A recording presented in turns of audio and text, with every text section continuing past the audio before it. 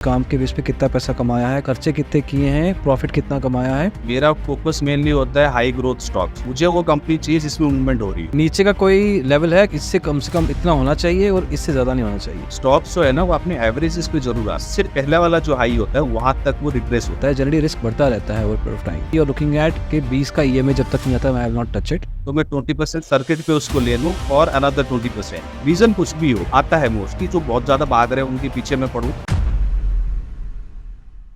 Company को compliance के तौर पे बताना पड़ेगा कि उसने पूरे 3 महीने में क्या काम किया है, उस काम के बेस पे कितना पैसा कमाया है, खर्चे कितने किए हैं, प्रॉफिट कितना कमाया है। यस। और उसके बाद कुछ रेशियोज जैसे ईपीएस देख लिया आपने, कुछ और एक दो देखे होंगे।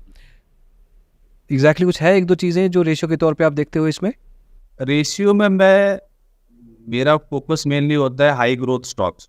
तो मैं जैसे 50,000 के मार्केट कैप के ऊपर वाले स्टॉक्स में ट्रेड नहीं कर बहुत अच्छा रिजल्ट आया है उसका। बट वो इतना बड़ा मार्केट कैप है तो उसमें मूवमेंट नहीं होगी। मुझे वो कंपनी चाहिए जिसमें मूवमेंट हो रही हो। और 50,000 के नीचे वाले जो होते हैं उसमें मूवमेंट्स होती है। नीचे का कोई लेवल है कि इससे इससे कम से कम इतना होना चाहिए और इससे ज़्यादा नहीं होना चाहिए। दोनों का रेंज है या सिर्फ ऊपर का ही रेंज है? नीचे में 1000 मतलब आई प्रेफर कि 2000 के ऊपर होना चाहिए उनसे। बिटवीन 2000 टू 50,000 मतलब स्मॉल कैप मिड कैप दोनों चलेगा? दोनों चलेगा। मेनली मेरे सारे stocks small and mid cap होते हैं। मैं उनमें बिल्कुल जो 500 के नीचे या 1000 के नीचे मैं उनको देख। Small cap mid cap generally जितना कैपिटलाइजेशन कम होता जाता है जनरली रिस्क बढ़ता रहता है ओवर पीरियड ऑफ टाइम। तो ये कैलकुलेटेड रिस्क आपको पता है कि आप क्या कर रहे हो। You know what you doing. या आई नो। ओके, तो अब आपने अपना ये स्टॉक उठा लिया और वॉच लिस्ट में डाल दिया। ऐसा नहीं कि आपने ट्रेड करना शुरू कर दिया है। अब वॉच लिस्ट में मान लो कि 10 स्टॉक आ गए। व्हाट कितने समय तक ऑब्जर्व करोगे और क्या ऑब्जर्व करोगे? अच्छा, मैं जब भी पोर्टफोलियो बनाता हूँ अपना, मेरे पोर्टफोलियो में 4-5 स्टॉक से ज़्यादा नहीं। ऐसा नहीं कि मैं ओवर डाइवर्सिफिकेशन करता हूँ कि अगर मेरे 15 स्टॉक आ गए तो उन 15 स्टॉक में मैं इक्वली लगा दूँ। मैं वैसे नहीं करता। तो मैं उनमें से जैसे मैं डेली देख रहा हूँ है ना, इवनिंग में मैं देख रहा हूँ तो मुझे लगा कि आउट ऑफ दोस 15 मुझे एक स्टॉक मिला है जिसमें मैं एंटर कर सकता हूँ, मेरे एंटर की क्राइटेरिया फुलफिल हो रहे हैं, तब मैं उस स्टॉक में सिर्फ एंटर करूंगा ऑफ माई 20% ऑफ कैपिटल। क्या आपका एंट्री क्राइटेरिया क्या है इसमें टेक्निकली? मैं बहुत ज्यादा कुछ वैसा यूज नहीं करता। मैं तो ईएमएस बहुत ज्यादा फॉलो करता हूँ। It's very simple kind of. मैंने क्या कर रखा है चार्ट पे, इट्स फाइन 10 to 100 तक मैंने लगा रखा है। 10, 20, 30 ऐसे करके 100 ईएमएस। तो अब जब रिजल्ट्स वगैरह डिक्लेयर होते हैं तो बहुत ज़्यादा शूट करते हैं, तो ये में से बहुत दूर होते हैं। तो मेरा ये मानना है कि सारे स्टॉक्स जो है ना वो अपने एवरेजेस पे जरूर आते हैं। तो अब क्या हुआ कि वो मूव तो कर गया बट वो ये में से बहुत दूर है, तो I won't by that stock.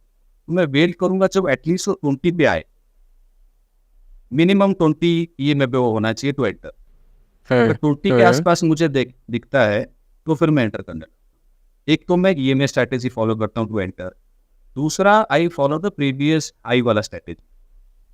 तो फॉर एग्जांपल एक हाई था पहले कुछ, then you know stock went up after declaring very good results, फिर नीचे आया वो, तो जो उसका प्रीवियस वाला हाई है ना उस लेवल पे भी मैं एंटर करता हूँ।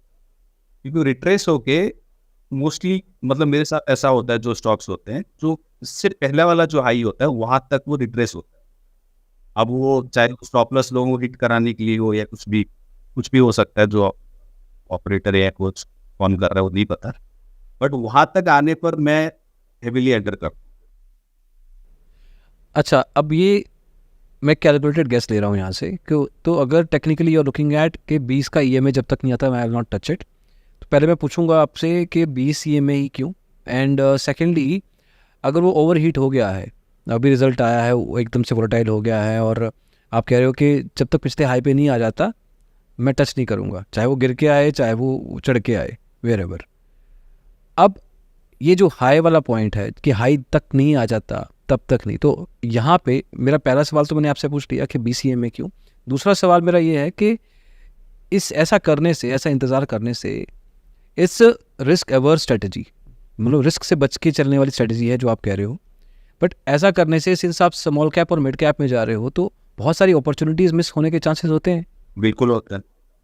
कई बार ऐसा होता है कि मेरे स्टॉक में आया वो रिजल्ट अच्छा आया और उसके बाद वो कभी ईएमआई पे आया ही नहीं, वो 20 पे वो ऊपर ही जाता रहेगा, बट मैं वो रिस्क नहीं लूंगा, क्योंकि मैं किसी चीज़ को ये कोशिश करता हूँ कि मैं थोड़ा सा एक जेन्युइन लेवल पे उसको बाय करूँ। जेन्युइन लेवल मीन्स मेरे रिस्क प्रोफाइल के हिसाब से मैं बाय करूँ। ये नहीं कि अभी 20% हो गया तो मैं 20% सर्किट पे उसको ले लूँ फॉर अनदर 20%। इंस्टेड ऑफ हाँ, वो करने से अच्छा मैं ये कोशिश करता हूँ, अगर 20% का कैंडल है और वो नीचे रिट्रेस होके आ गया, 15% गिर गया फॉर टू टच 20 EMA और 30 EMA, फिर मैं वो ज़्यादा प्रेफर करूंगा इंस्टेड ऑफ कि मैं उसको टॉप पे बाय कर लूँ, क्योंकि रिजल्ट्स बहुत अच्छे आए। और मेरे जो 3-4 साल का एक्सपीरियंस है, मैंने ये देखा है कि जब भी ऐसा होता है रिजल्ट अच्छा आता है, सूट तो कर जाता है, 1-2 होगा 10 में से या 1 होगा जो नहीं आया मेरे हाथ, बट 1 तो आते हैं, चाहे वो 2 महीने लग जाए या 1-1.5 महीने लग जाएगा, तो उसमें से वो आना ही है उसको। ये तो वो या तो प्रॉफिट बुकिंग हो सकता है, या कोई ऐसे न्यूज़ आ गया मार्केट में किसी चीज़ को लेकर, इलेक्शन का कुछ आ गया, किसी तरह कुछ आ गया, रीज़न कुछ भी हो, बट उस आता है मोस्टली। तो मैं इंस्टेड ऑफ चेजिंग दोस्त की जो बहुत ज़्यादा भाग रहे हैं उनके पीछे मैं पढ़ूँ, मैं आराम से बैठता हूँ कि जब वो मेरे लेवल पे आएंगे तब मैं उसको तो फेयर इनफ, स्विंग के लिए इट मेक्स टोटल सेंस, क्योंकि अगर आप स्कैल्पिंग शायद कर रहे हो या इंट्राडे कर रहे हो, मे बी उस केस में आप उसको चेज कर सकते हो। अगर आप चेज करोगे, I wanted to know it from the horse's mouth, कि अगर आप चेज करोगे स्विंग के लिए स्ट्रेटेजी बिल्कुल सही नहीं है, क्योंकि एक तो आप already small cap mid cap में हो, दूसरा आप उस लेवल को टच करने की कोशिश कर रहे हो जो ऑलरेडी बहुत वोलेटाइल हो रहा है। यस। तो I kind agree with you on that thought. इससे थोड़ा सा थोड़ी शांति भी रहती है। हाँ, मैं मतलब डर कम लगता है, शांति तो है बट डर भी थोड़ा कम लगता है कि मैंने ठीक लेवल पर लिया। अच्छा, ऐसा भी नहीं है कि मैंने 20 पे लिया और गिरेगा नहीं, गिरता है, उसके बाद भी गिरता है वो, क्योंकि टॉप बॉटम तो कोई नहीं पकड़ सकता। बट मैं ये कोशिश करता हूँ कि अच्छा मैंने तो वहाँ पे लिया है ना, तो मेरा जो रिस्क है वो कंपेयर टू अदर्स जिन्होंने उनको टॉप पे बाई किया है, उनसे तो कम है ना।